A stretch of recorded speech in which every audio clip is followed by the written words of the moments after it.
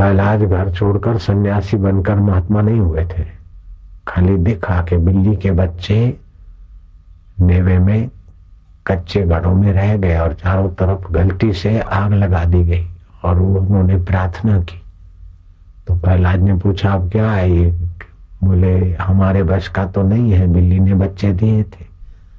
पत्नी ने सोचा, मैंने कहा पति निकाले होंगे, पति ने सोचा पत्नी, दोनों तो बेटे ने निकाले। जब चारों तरफ घड़ों को आग लगा दी तो एक दूसरे से पूछा तो बिल्ली के बच्चे तो वहीं रह गए। अब हम प्रार्थना कर रहे हैं कि भगवान तू सर्वसमर्थ है, अग्नि में बल तेरा है, जल में स्वाद तेरा है, पृथ्वी में फलदायिनी शक्ति तेरी सत्ता से, आंखों में तेरी सत्ता है। अगर तू चाहे तो हमारी गलती की क्षमा करके बच्चों की रक्षा कर सकता है। तो प्रहलाद ने कहा क्या बात कर रहे हो? चारों तरफ बबुक बबुक आग की लपटें देखकर तो मैं घोड़ा भगाते हुए इधर आया कि पिताजी ने मेरे को सौंपा है कि रात को बेटा कभी तू निगरानी करने का काम संभाल, तू राजकुमार है। प्रहलाद 10-11 साल के थे लेकिन स्वास्थ्य बढ़िया था, बुद्धि तो बहुत बढ़िया थी, क्योंकि बाहर से तो जन्म के 10-11 साल हुए, लेकिन माँ के गर्भ में तो कई वर्ष पड़े रहे थे नारद जी के संकल्प से। तो बड़ा दिव्य ज्ञान था, वो छुपा हुआ ज्ञान में लग गई थोड़ी झलक। प्रहलाद ने कहा देखो ये बच्चे जिंदे वो रह जाएं तो मेरे को बुलाना, मैं देखूंगा। बोले नहीं राजकुमार, आप सुबह आना, आप आओगे फिर हम खोलेंगे मेवा। प्रहलाद आए और भगवान को प्रणाम करते प्रार्थना करते वो चारों तरफ से पक्के घड़े हटते गए तो बीच के 4 घड़े कच्चे रह गए और उनमें से एक घड़े में से बिल्ली के बच्चे म्याऊं म्याऊं करते हुए निकल गए। प्रहलाद ने देखा कि वो इतना समर्थ है और इतना सर्वव्यापी है और इतना प्रार्थना सुनने में सजग है।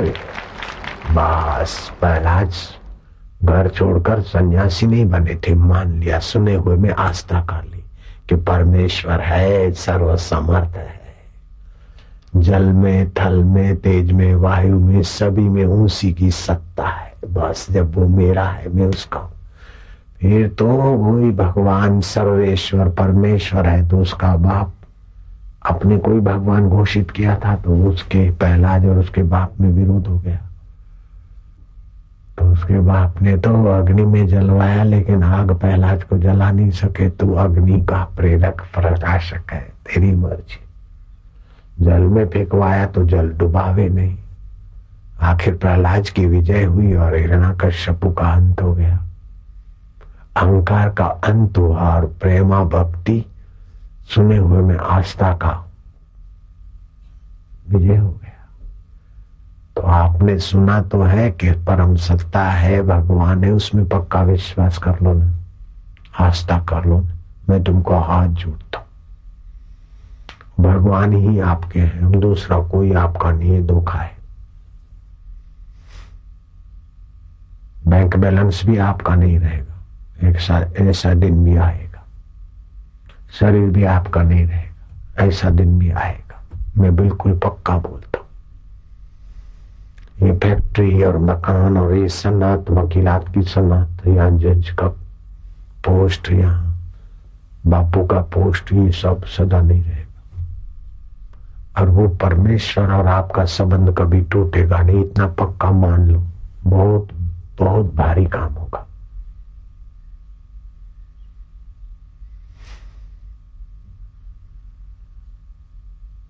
जो सत्य है, चेतन है, आनंद स्वरूप है और सबका अपना सुहृद है, हितैषी है, मेरा परमात्मा और मेरा है, मैं उसका, ये पक्का मान। बड़ी बड़ी आपदाएं मुसीबतें आए, आप बैठ जाओ, वो प्रार्थना करते उसमें जरा विश्रांति पाओ। कल्पनातीत उन मुसीबतों को ऐसी हवा देगा कि आपको पता ही नहीं चलेगा कि मुसीबत तो नहीं थी, ये तो मुसीबत के रूप में अमृत के ही घड़े थे। सब मैंने तो अपने जीवन में बहुत बार देखो। आपने तो क्या दुख देखा और क्या मुसीबतें देखी। हम जो मुसीबतों से खेले हैं देखी, हमारे और मौत के बीच में रत्ती भर की दूरी, 1-2-5 इंच की दूरी, ऐसी सी जगहों पे गए, ऐसी सी जगहों पे रहे। और थे तो पास में, लेकिन गुरु जी का कृपा प्रसाद नहीं मिला था, तो खोजते थे कि कहाँ जाए, कैसा करे तो तुम मिलेगा। और वो भी मजा ले रहा था कि खोज बैठे खोज।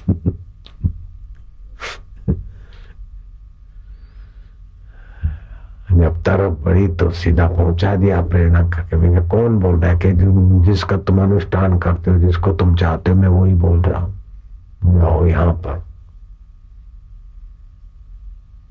लीलाशाह जी है अभी वहां गणेशपुरी में एकांत में, वहीं चलो, वहीं आओ। रोज रोज होता था वहीं चलो, मैं सभी रूपों में वहीं मिल जाऊंगा।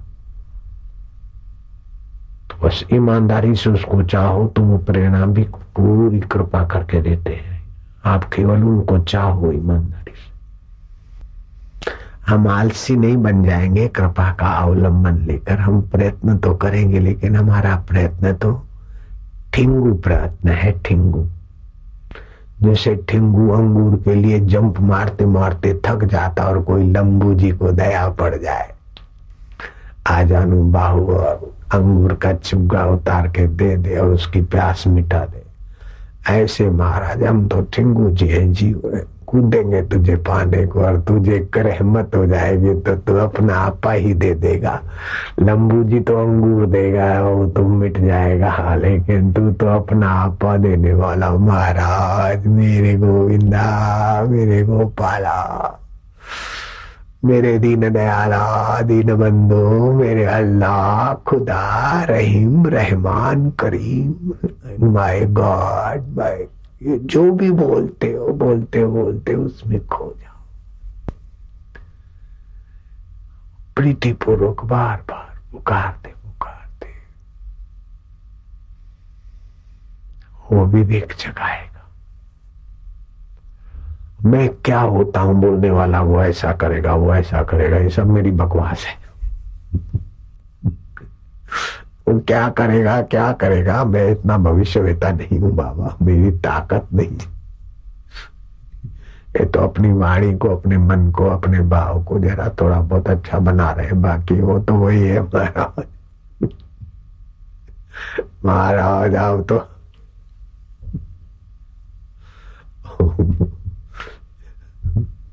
मत करो वर्णन, बयान मत करो, सारे बयान उसी से होते और बयानों के पीछे वो टकुर टकुर जो करते देखता रहो।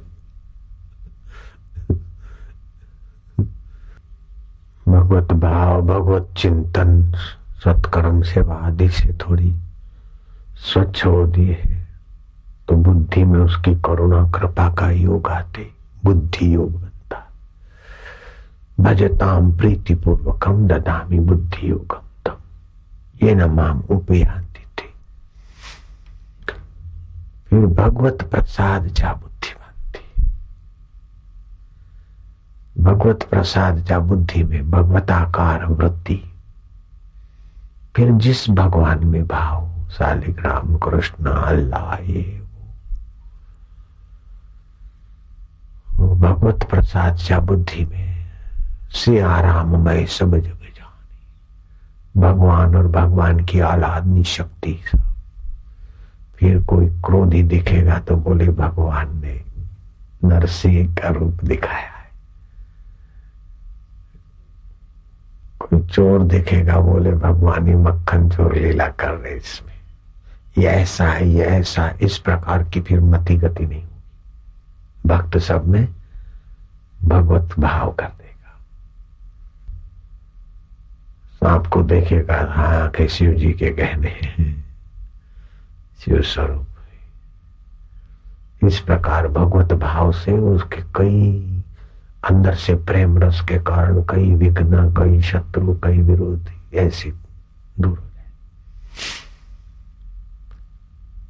उसे एक भगवत भाव का रस मिलता रहेगा, जिससे पराधीनता, शक्तिहीनता और जड़ता जो भोगों में आ रही थी, रस लेते ना, निरस जीवन बाहर रस खोजता है, तो बाहर के रस से तो पराधीनता, शक्तिहीनता और जड़ता आती है। जैसे भोजन नहीं तो भोजन खाएंगे तो कोई बनाएगा, वस्तुओं की पराधीनता, पैसे की पराधीनता के बिना भोजन नहीं बनेगा। और भोजन पहले ग्रास में जो मजा आता है आखिरी में वो मजा नहीं रहेगा। खा खा के वो शक्तिहीनता हो गई और बाद में सो आराम करो। ऐसे ही पति पत्नी का एक दूसरे की पराधीनता, मकान की, जगह की, काम विकार भोगने के लिए वस्तु की पराधीनता, शरीरों की पराधीनता, फिर भोग भोगेंगे तो शक्तिहीनता और अंत में जड़ता आएगी। रस तो लेने गए थे लेकिन पराधीनता, शक्तिहीनता और जड़ता के बिना ऐसा कोई भोग ही नहीं है। जो इंद्रियगत ज्ञान और बुद्धि के सीमित ज्ञान से जगत में जिएगा वो इस मुसीबत से बच नहीं सकता, चाहे चक्रवर्ती सम्राट बन जाए।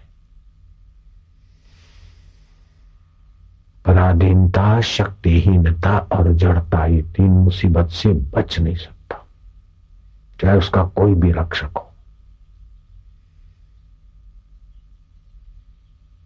जो बाहर रस लेना चाहता है उसको ये तीन मुसीबतें बिल्कुल तोड़ेगी। पराधीनता, शक्तिहीनता और जड़ता। तो जितना जितना बाहर से सुख तेजी से लेगा उतना उतना शक्तिहीन हो जाएगा। और कम ताकत, गुस्सा ज्यादा होता है ऐसे लोगों को। ऐसे लोग कहते जरा जरा बात में शक्तिहीन, सोच विचार की क्षमता नहीं तो मैं तो मुंह तो मरी जाऊं।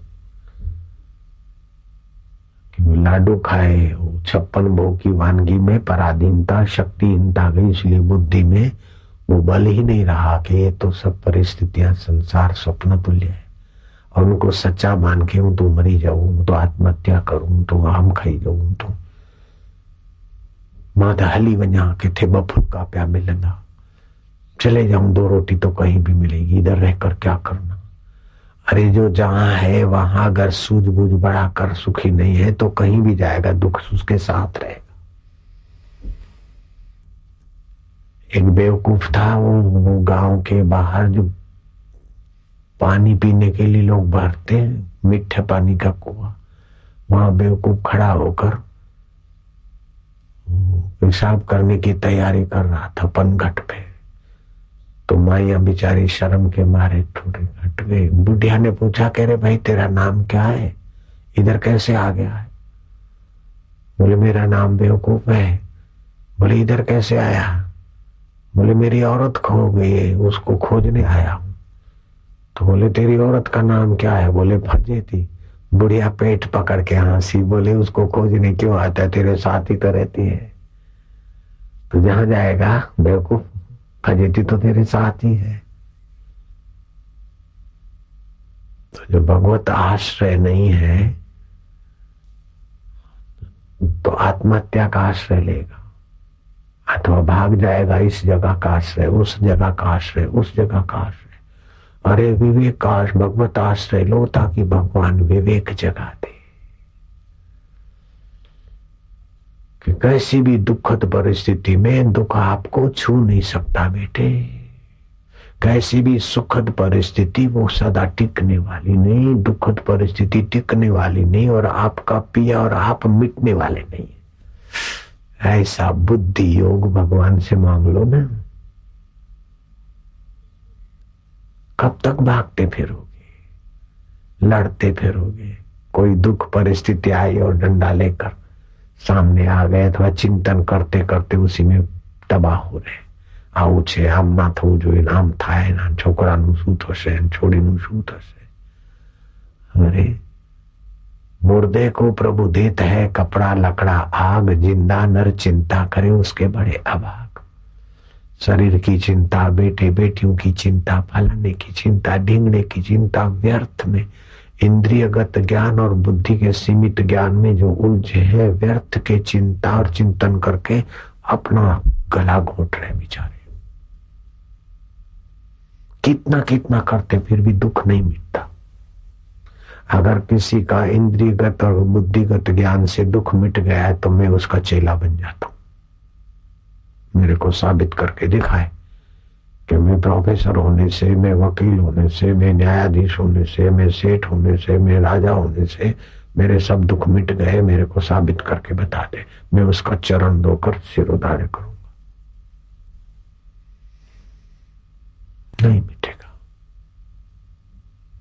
हाँ, दुख मिटने की तीसरी जगह है इंद्रियगत ज्ञान को, बुद्धिगत ज्ञान को। जिस ज्ञान से सत्ता स्फूर्ति मिलती और बुद्धि बदल जाती है, इंद्रियां बदल जाती, फिर भी जो नहीं बदलता वह स्व के ज्ञान में अगर टिक गया है, ब्राह्मी स्थिति प्राप्त कर ली है और उसको सुखी होने के लिए कोई कर्तव्य नहीं है और सुख बांटता ही है, परिहित स्वरूप महापुरुष है, फिर चाहे वो किसी भी लिबास में हो, सेठ की लिबास में हो, नेता की लिबास में हो, किसी की लिबास में हो, माई की लिबास में हो, पागल की लिबास में हो, आदरणीय रामकृष्ण को हृदय ने कहा कि कोई पूर्ण पुरुष महापुरुष के दर्शन। रामकृष्ण ने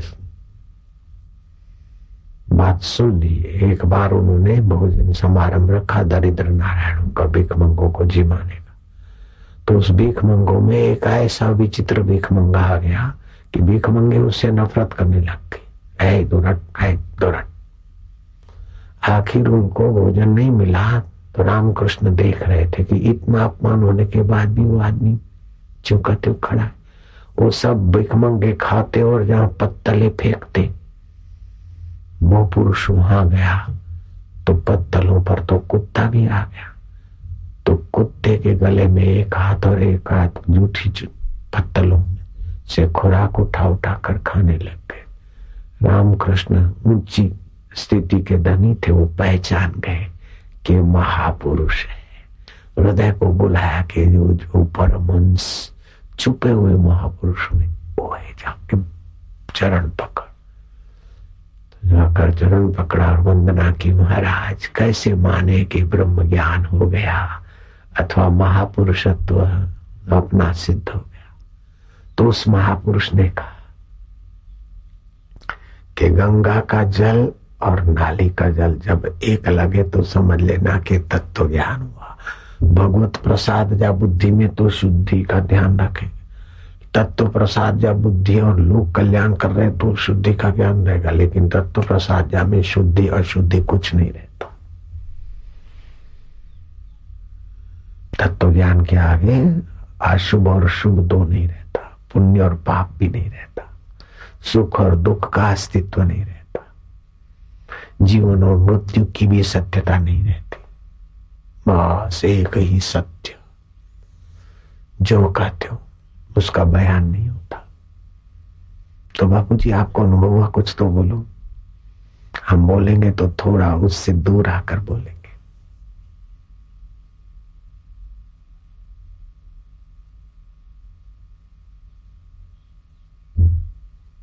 उसके इर्द गिर्द का बोलेंगे, पूर्ण हम नहीं बोल सकते। गुरु जी की कृपा हुई और पूर्ण गुरु कृपा मिली, पूर्ण गुरु का ज्ञान, तो कैसा हुआ आपको?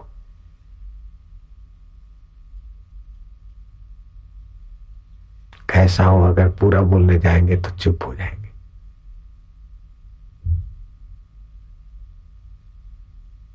गहरी नींद में कैसा होता है जरा बोलना, गहरी नींद में आकर।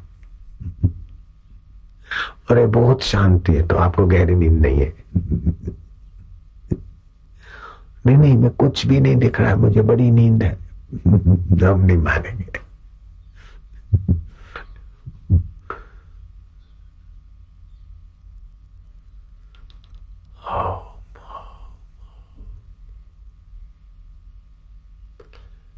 वो खजाना पाने के लिए आपकी ये बुद्धि है, मनुष्य शरीर है। इसीलिए इतना सब करने के बाद भी वहां संतोष नहीं हुआ, तभी तो सत्संग खोजते हैं ना। तो ये खोज है, पुण्याई है ना।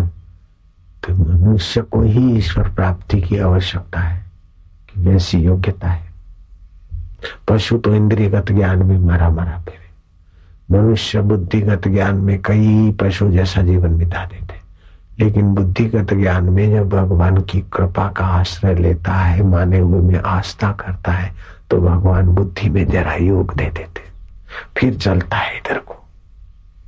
तो फिर भगवत प्रसाद जब बुद्धि बनती है और अच्छा लगता है। और जैसे कमाई करते ना, तो फिर रोज 500 रुपए का धंधा होता है, आज सुबह ही 500 का हो गया तो क्या दुकान बंद करके चला जाएगा? क्या 1000 का हो जाएगा, और शाम होते 3000 का हो गया। एवरेज तो महीने की 15,000 की थी, छोटे से गले की, एक दिन में 3000 का हो गया। तो रोज 8 बजे बंद करता था, तो आज 7 बजे करेगा? नहीं, 8:30 बजे आएगा। और ऐसे भगवत प्रसाद जब बुद्धि होती, और भगवत तत्व को पाने के लिए कुछ संकल्प सिद्ध हो गए, रिद्धि सिद्धि आ गई, मान लिया कि ऐसा आ गया ऐसा आ गया, उसमें रुक गया तो भगवान का भक्त पक्का नहीं है, वो वाहवाही का भक्त है। भगवान का भक्त रिद्धि सिद्धि में नहीं रुकता। और ये भगवान की कृपा थी, नहीं तो मेरे जीवन में तो कैसे कैसे चमत्कार हुए। ओहो, बड़ा आनंद से रह सकते, बड़े मजे से खाए पिया, बड़ा ठाठ मार से, लेकिन उसने कृपा करके वहां रुकने नहीं दिया, तत्व का प्रसाद देने वाले गुरु तक पहुंचा दिया।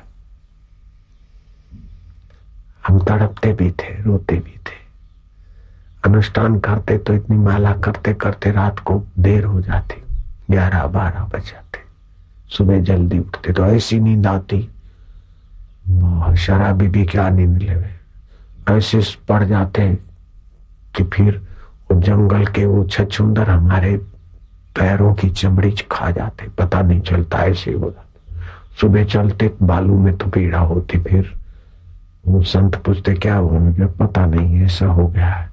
अरे बोले छछूंदर खा गए पैर तुम्हारे, वो फूंक मार मार के चूहे जैसे होते ना, वो छछूंदर हो। तो चलो, जो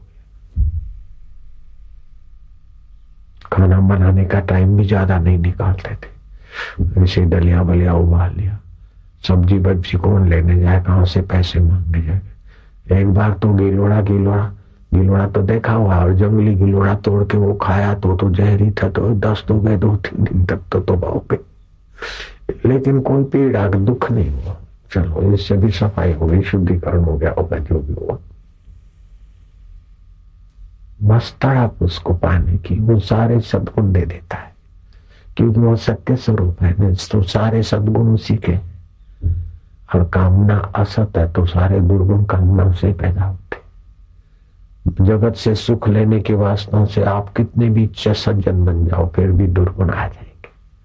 और भगवत सुख पाने का पक्का इरादा हो जाए, भगवान को पाने का, तो आप कैसे भी हो सद्गुण आने लगेंगे, क्योंकि सत्य तो भगवान है। और फिर गलती होती है, सद्गुण तो है सत्य स्वरूप ईश्वर के, लेकिन मेरे को भी हो गया था कि अपने में इतने सद्गुण है।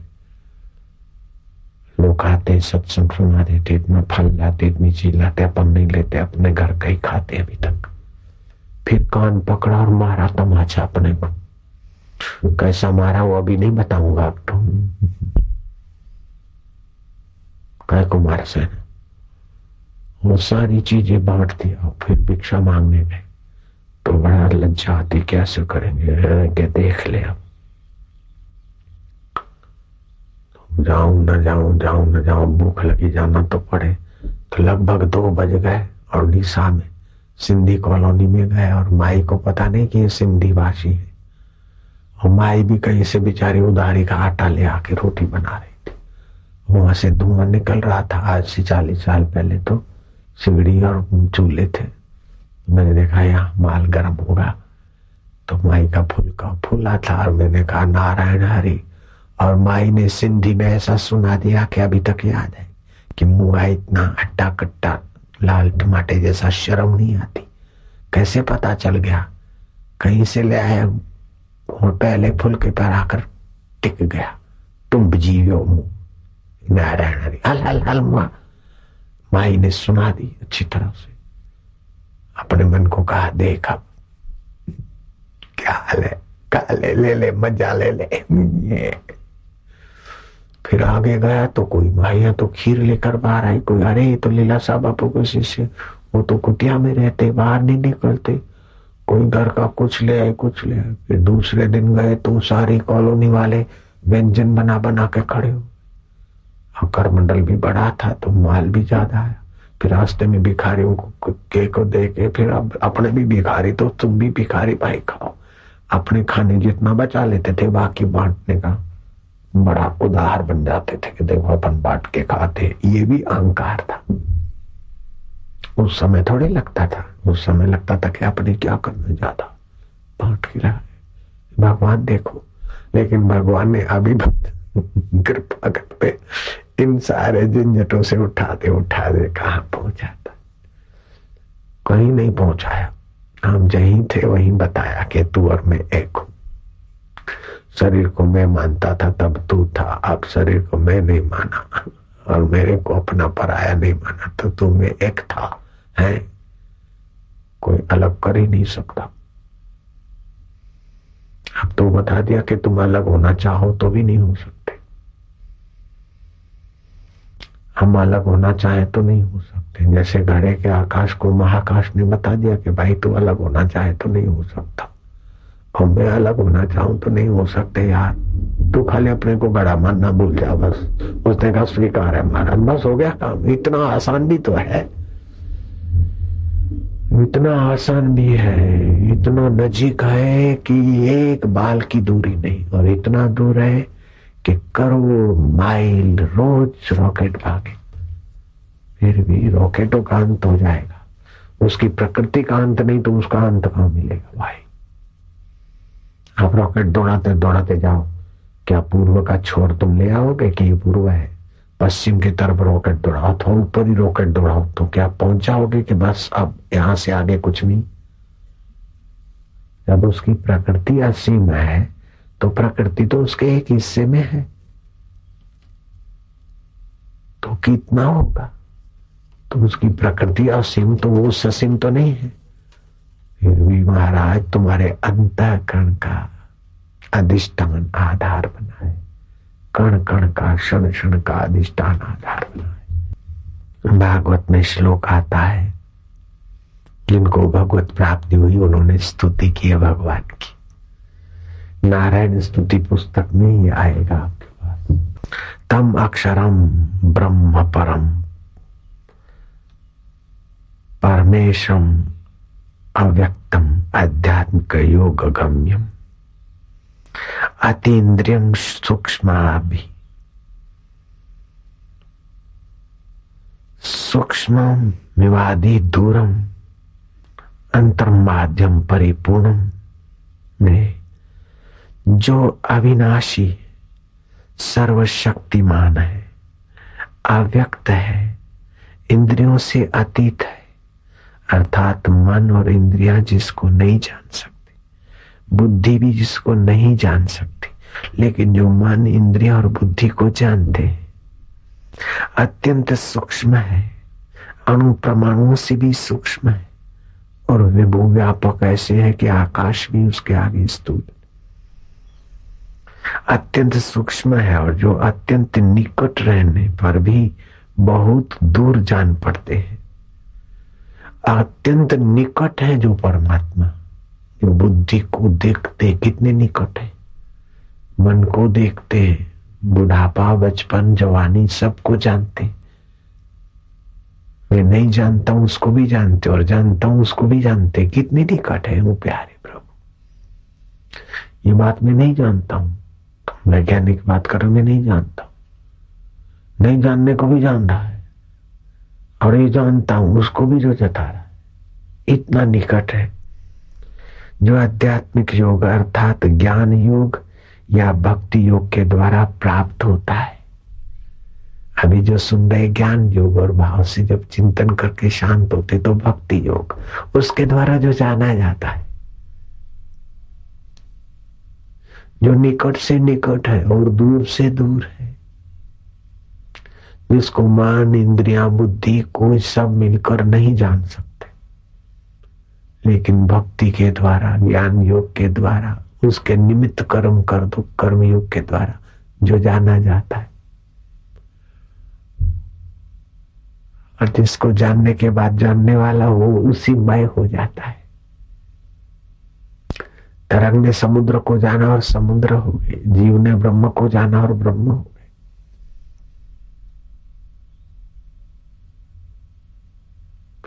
यहां आकर प्यास बुझती है, भूख मिटती है, रस लेने की लोलुपता हटती है,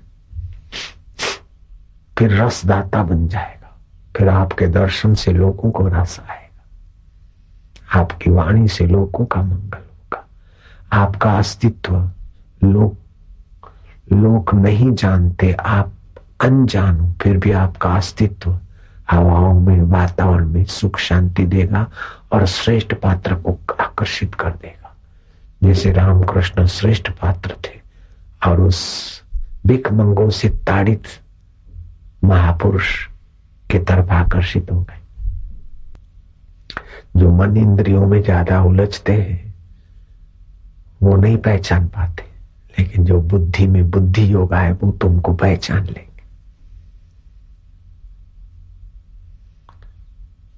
महापुरुष को पहचानना मजाक की बात नहीं है। उनको पहचानोगे ये है फलाने, लेकिन वो कितने ऊंचे, जितने आप ऊंचे होंगे उतनी उनकी ऊंचाई दिखेगी।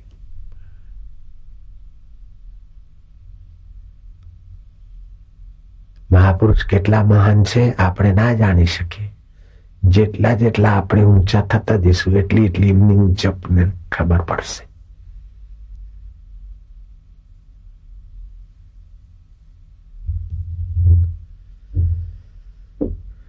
जो अत्यंत सूक्ष्म है और अत्यंत निकट रहने पर भी बहुत दूर जान पड़ते हैं, जो अपने होते हुए भी पराये दिखते और परायों में भी जो अपने छुपे, उस परमात्मा का हम चिंतन कैसे करें, कैसे पाए। बाहर से अंदर सुख भरना भोग है और भोग से पराधीनता, शक्तिहीनता और जड़ता। और उसका आश्रय छोड़कर भगवत आश्रय और भगवत प्रसाद या बुद्धि लिया तो स्वाधीनता, शक्ति, सामर्थ्य और चेतनता का विकास हो जाएगा। अपने विभू स्वभाव का प्रागट्य हो जाएगा। जैसा शिव जी ने अपने स्वभाव को जान लिया, लीलाशाह बापू जी ने अपने स्वभाव को जान लिया, उनकी कृपा से यहां भी प्रसाद हो गया। ऐसे आप भी कर लो, तभी दौड़ मिटेगी, भूख मिटेगी और दुखों का अंत होगा। धन से दुखों का अंत नहीं होता, निर्धनता से भी दुखों का अंत नहीं होता, लंबी उम्र से भी दुखों का अंत नहीं होता और जल्दी मरने से भी दुखों का अंत नहीं होता।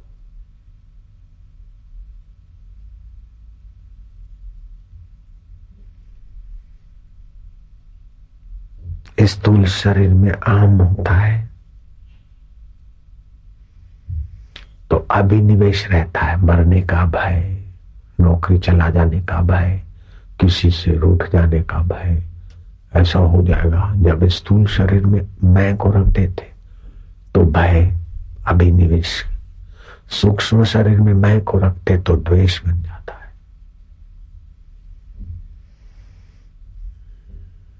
मेरी बात इसने नहीं मानी, मेरा सिद्धांत ऐसा, मेरा ये है, मेरा ये अपने वाले और अपने वाले नहीं, वो सब पराये बेवकूफ है। मेरी पार्टी के अच्छे दूध के दो, ये ऐसे है, मेरे मजहब के अच्छे हैं, ये ऐसे, मेरे धर्म के ऐसे हैं, ये ऐसे। ये सूक्ष्म शरीर में अहम आता है तब द्वेष होता है। अगर कारण शरीर में अहम रुका तो राग होगा, बड़ी शांति है, बड़ा आनंद है, बड़े अच्छे विचार आ रहे, मेरे को किसी में आसक्ति नहीं है। ये भी अहंकार का एक साफ सुथरा पॉलिश नमूना है। मैं संकल्प करता था और सिद्ध हो जाता था, और उस समय लगता था कि बरसात क्या हो गई, रोक थी, लगा था कि बहुत कुछ मिल गया। अब पता चला कि बेवकूफी थी। संकल्प विकल्प कम होते तो प्रकृति के नियम के अनुसार संकल्प सामर्थ्य आ जाता है। जिसके बहुत संकल्प होते हैं उनके संकल्प में दम नहीं है, और जो ध्यान करते हैं संकल्प शांत हो गए तो उनके संकल्प में दम आ जाता है। तो एक जगत में उथल पाथल, सूक्ष्म जगत में उथल पाथल हो जाता है। ये प्राकृतिक नियम है। लेकिन लगता था कि मेरे में बल है, दिशा छोड़ के चले, आप ये करेंगे वो करेंगे ऐसा दिखा देंगे। लेकिन उसने संभाल लिया। थोड़े तो फिसले थे, उसने संभाल लिया। संभालने की भी बड़ी कृपा करते हैं भगवान। अब तो हमारे में बाबा कुछ भी नहीं, अपने में हम में कुछ भी नहीं, हमारा कुछ भी नहीं। ये धोती आपकी दी हुई, कपड़े आपके दिए, शरीर माँ बाप का दिया हुआ, हमारा अपना क्या है? अगर है तो वही है। जिसके सारे ब्रह्मांड है वो हमारा है। ये अहंकार दुख नहीं देता। परम बल, परम सुख, परम नम्रता, परम प्रेम का खजाना देता है। जिससे सृष्टि की उत्पत्ति होती है, प्रलय होता है, और जो प्राणी मात्र का सुहृद है वो हमारा है, हम उसी के। हमें डर किस बात का, आवश्यकता किस बात की? सोचा मैं न कहीं जाऊंगा, यहीं बैठ के अब खाऊंगा, जिसको गरज होगी आएगा, सृष्टिकर्ता खुद लाएगा। ये अहंकार जो है वो प्रेम में थोड़ी वक्रता वाला है। ये प्रेम का अहंकार है, उसमें थोड़ी वक्रता हो जाती। भला होया हरि बिसर्यो, सिर से टली भला। कबीर जी ने भी करी वक्रता, गोपियों ने भी की वक्रता। ऐसे काय को देंगे मक्खन छाछ, नाचो फिर देते, नाचे वो ब्रह्म। देगा कथिम हमको तो आता भी नहीं। हाय हाय, बहुत सरल है और बहुत कठिन, बहुत निकट, बहुत।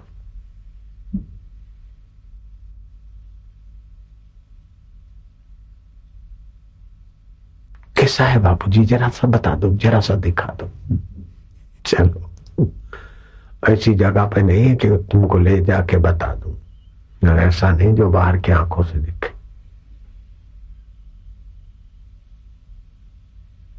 जो भी बताया जाएगा, देखा जाएगा, उसी की सत्ता से।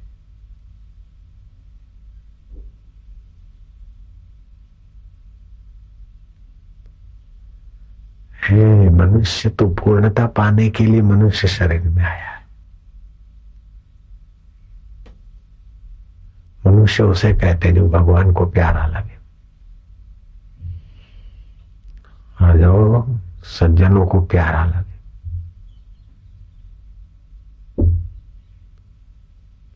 भगवान की प्यारी बनावट का नाम मनुष्य है, समझ गए? भगवान की आखिरी बनावट का नाम मनुष्य है। अपने मैं को हूं भगवान में विलय करके भगवत मैं हो जाए, इसका नाम मनुष्य है। बाप रे, फिर काहे को चुकना, क्यों रुकना, क्यों चुकना? नाक तू मजा दे, जीभ तू मजा दे, काम इंद्री तू मजा दे, वाह भाई तू मजा दे। काहे को गुलाम बनना? पराधीनता, शक्तिहीनता और जड़ता में काहे को अपने को खपाना बाबा?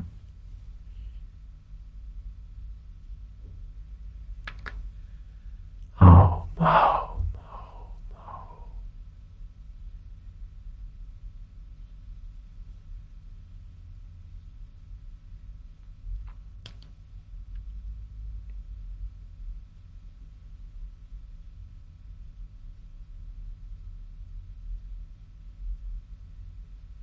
आंखें बंद हुई तो तेरी शांति और आनंद, और आंखें खुली तो तेरे ही सब रूप और तेरी ही सब लीला। अभी कंप योग हो गया, मौज हो गई। आंखें बंद हुई तो शांति और आनंद तुझी में आए, और और आंखें खुली तो तू जी को देख रहे।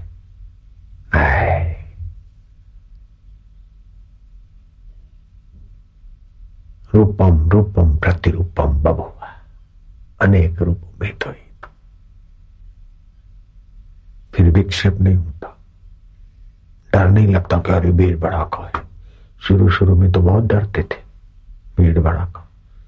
गुरु जी को चिट्ठी लिखते थे कि यहाँ तो बहुत शोर होता है। बोले तुम्हारा क्या जाता है, कुत्ते रात भर भौंकते हैं और दिन में भीलों के बच्चे और झोपड़पट्टी वाले गालियां बकते।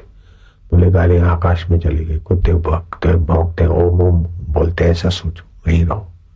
एक दिन 2 दिन नहीं 7 साल ऐसी विकट जगह पर रख दिया गुरु जी ने कि पता ही नहीं था। देखने वाले को लगे कि बेचारे से जुल्म हो रहा है, लेकिन इतनी कृपा हुई कि महाराज अब बेचारे रहे नहीं सहाय। कई बेचारे अब तो शहंशाह बन जाते हैं। अगर उधर मनमानी करते और गुरु की बात नहीं मानते और सुविधा में भजन की जगह पे चले जाते तो सुविधा के भगतों के भटकते रहते। गुरु जी ने कहा बेटा मन में आए वो मत करना। मेरे को नहीं, दूसरे नाथ संप्रदाय की कथा है। मन में जो भी आया वो नहीं करा तो रुक गया। मन में आया कि हल उठा के जा रहा हूं वो थोड़ा खेलने का। बोले गुरु जी ने तो कहा मन में आया वो मत करना, तो रुक गया। शाम हो गई। बोले घर वाले सोचते होंगे अभी जाऊं। बोले ये भी तो मन में आया। मन में आया वो मत करना, मन में आया वो मत करना करते करते रात हो गई। घर वाले लालटेन लेकर खोजने आए। बोले क्या बात है।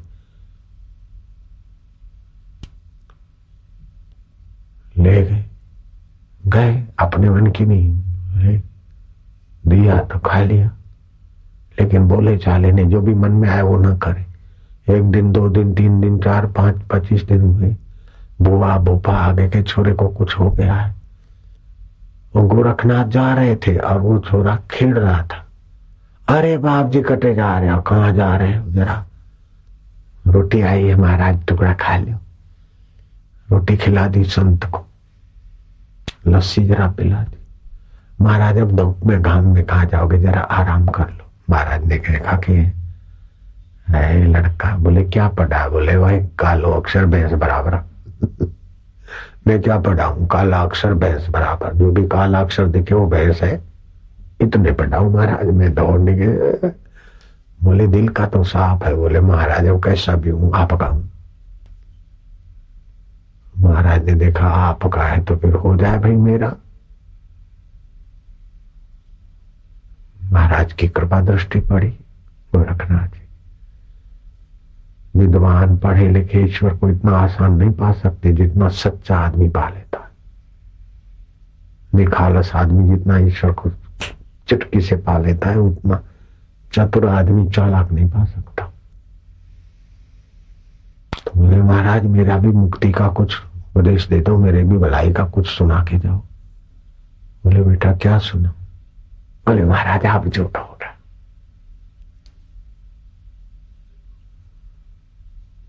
बोले मान लेगा। अरे महाराज क्यों नहीं मानूंगा, गलों कट जाए आपकी बात मैं मानू। बोले जो मन में आया मत करियो।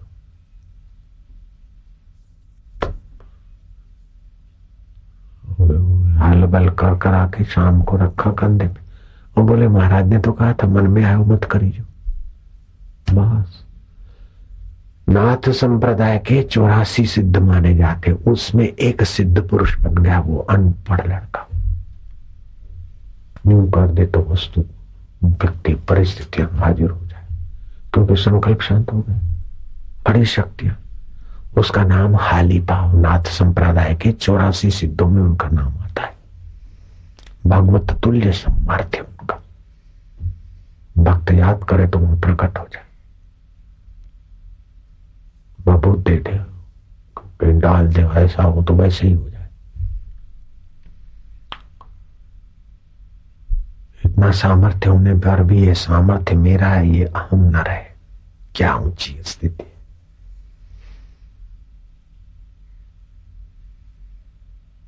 किन्नाराम संत में भी बहुत सामर्थ्य था, लेकिन ये सामर्थ्य अंतःकरण में होता है। आप उससे भी आगे जाइए। ये सामर्थ्य आने जाने वाली चीज है, परमेश्वर रहने वाला है, उसमें टिक जाओ, सामर्थ्य के भी झंझट में ना पड़ो। इंद्रियों का आकर्षण कम करोगे तो मन की चंचलता कम होगी, तो बुद्धि को विश्रांति मिलेगी, संकल्प विकल्प कम होंगे, सामर्थ्य आएगा। ये सीधा गणित है प्रकृति का। जितना जितना शांत मना होकर विश्राम करेंगे परमात्मा में, उतना उतना सामर्थ्य आएगा। ये मैं कुछ किताबें पढ़कर आपको नहीं बोल रहा, महापुरुषों की वाणी सुनिए, कुछ थोड़ा बहुत। मैं कोई ग्रंथ रट रटा के पढ़ा के नहीं आता, लेकिन कोई कैसेट सुनेगा कि लगेगा कि ये सब वहीं से आता है, प्राकृतिक नियम है, ईश्वर की व्यवस्था है। आप जो जो ईश्वर में शांत आत्मा होते जाएंगे, निसंकल्प होते जाएंगे, विश्रांति पाते जाएंगे, त्यों त्यों बुद्धि में विलक्षण लक्षण, अर्थात ये सारी दिव्यताएं हैं वातावरण में। अनजान आदिवासी ने टीवी को डब्बा समझकर जरा यूं करा और दृश्य देखने लगा, अरे मैंने ये दिखा दिया और ये आ गया, ये आ गया। व्यवस्था थी व्यवस की और तेरी टीवी में आ गया। व्यवस्था थी रेडियो के तरंगों की, तेरी सुई वहां उस स्टेशन पर रुक गई। ऐसे बुद्धि मन कब कौन से स्टेशन पर रुक जाए और वो विचार और सामर्थ्य और चमत्कार आ जाए, हो जाता है। दूरदर्शन, दूर श्रवण, अदृश्य होने का सामर्थ्य, सत्वगुण की प्रधानता में 10 शक्तियां आती है। नारायण बापू अदृश्य हो जाते, मैंने देखा उनको। ज्ञानी जैल सिंह उनकी दुआ लेकर बहुत ऊंची पद तक पहुंच गए, राष्ट्रपति पद तक। वो मेरे मित्र हैं नारायण बाबू, हम और वे साथ में रहे थे गुफा में। वो आए, मेरे को बोलते गुफा में रहने दो। मैं क्या नहीं, तो मेरे सामने देखने लगे। तो मैं क्या देखते क्या हो, आपकी गुफा है और मैं रहने दो, ये कैसे हो सकता है? अरे फिर तो कई दिन हम रह रहे उसी गुफा में। और उनका स्वभाव प्रभु दया करने, हे भगवान, हे दयालु, हे प्रभु, ऐसे उनके स्वभाव से। तो लेटे लेटे दया करने जरा जोर से बोल दिया, तो मैं भी खाके तो लेटा था, मुंह मुंह जो भी खाया। मैं उठ गया, वो लेटे थे, मैं खड़ा हो गया के झुक के। मैं क्या बात है, सारा दिन चिल्लाते रहते दया कर दया कर। वो कोई तुम्हारा नौकर है? उसकी मौज है, जब दया करे ना करे कुछ भी करे, दया कर दया कर दया करने। तो मेरे सामने देखने लगे लेटे लेटे, और देखने का ऐसा उनका हक्का बक्का भाव था कि मैं फिर रोक नहीं पाया मेरे विनोद को, मेरे से हंसी निकल गई। तो फिर वो भी हंस गया, अरे बोले लुच्चाई गए। मैंने रुबाब मारा लुच्चाई से, ऐसा थोड़ा लीला करके। बड़ा आनंद होता है सजाती विचार के संत मिलते जुलते, तो ऊंची स्थिति की बात होती। ओम आनंद। बाल बढ़ाना जरूरी है, बढ़ाना पड़ता है कि बढ़ता रहता है? बढ़ता रहता है।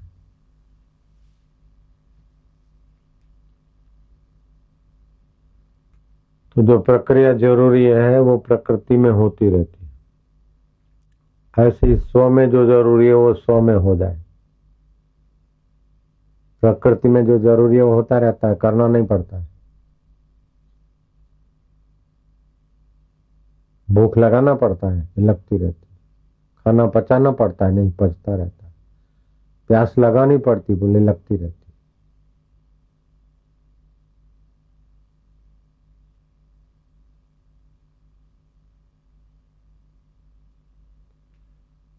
लेकिन मनुष्य बेचारा मार कहाँ खाता है? जो स्व में स्वाभाविक होते रहना चाहिए उसको वो करने में लगा।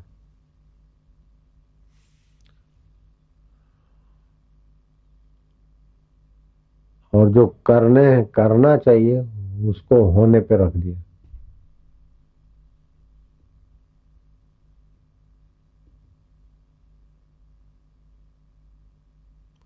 भजन होना चाहिए, उसको तो करना पड़ता है, माला करनी पड़ती है, नियम करना पड़ता है, जप ध्यान करना पड़ता है, और घर का काम होता रहता है। नौकरी बोले होती रहती है, काम धंधा बोले होता रहता है।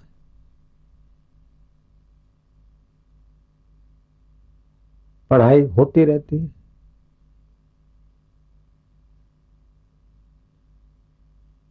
उसको महत्व दिया, उसको अपने में बिठा दिया और अपने को शरीर में बिठा दिया।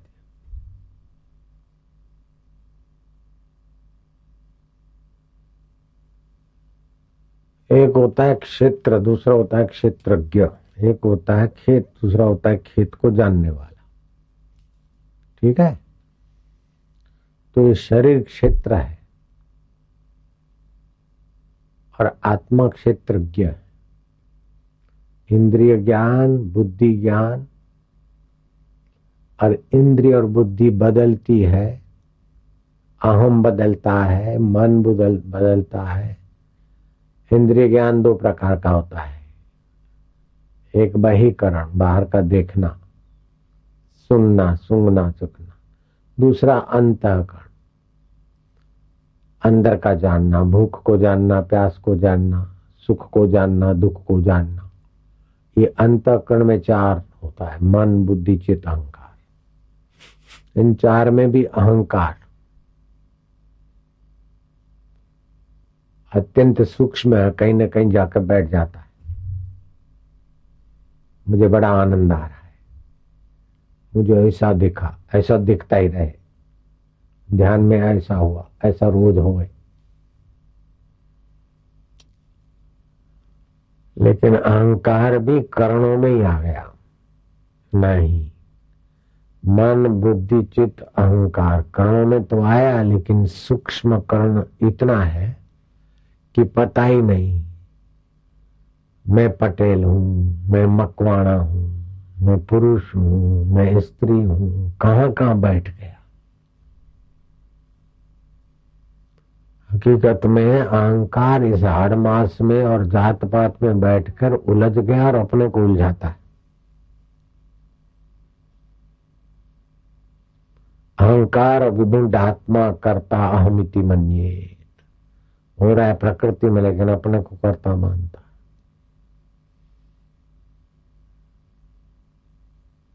तो इस अहंकार को भी कोई जानता है।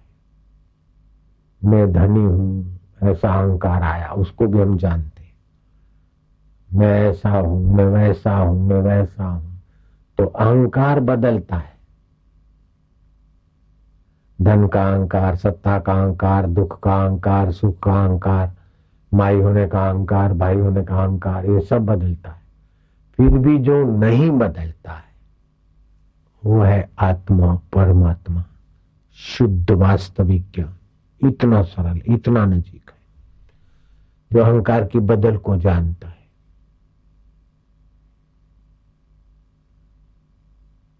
जिसको बोलते मैं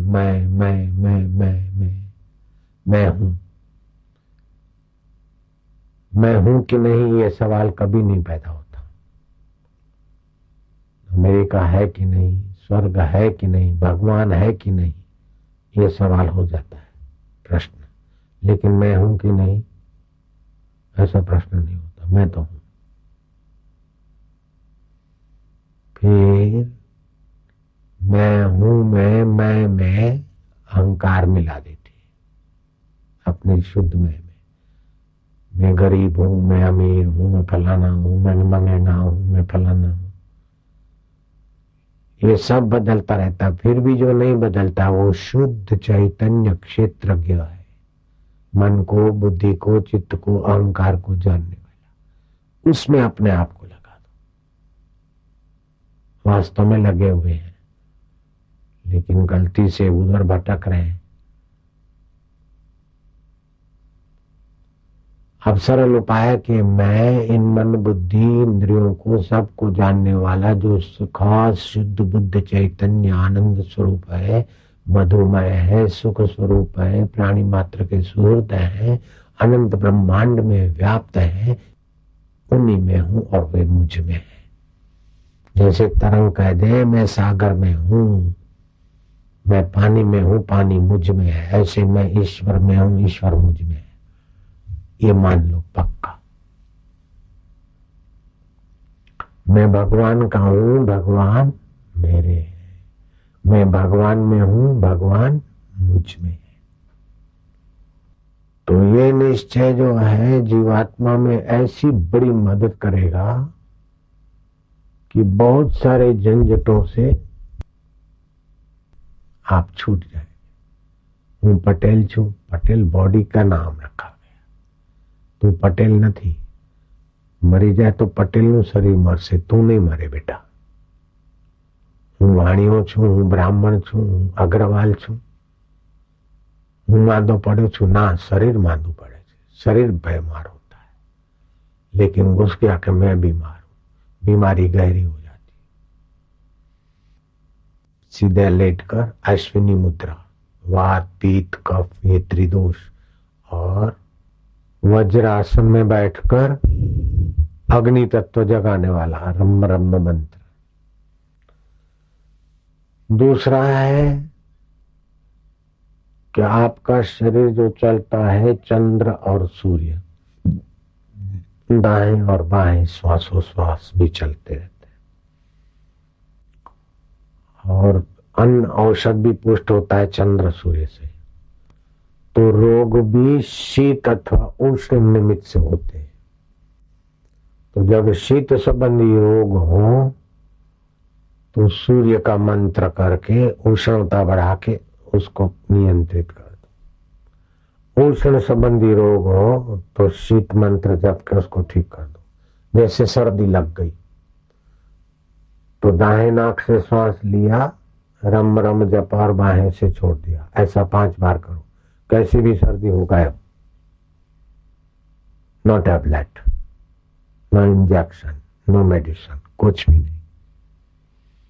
अगर खूब गर्मी लग गई है, आंखें जलती है, मसूड़े मुहावड़े हो गए, मासिक अधिक हो गया, ही हो गया, तो चंद्र नाड़ी बाएं से श्वास लिया, शांति शांति जप के दाएं से छोड़ दिया। 5 बार ऐसा करो, 1-2 दिन में आराम, बिल्कुल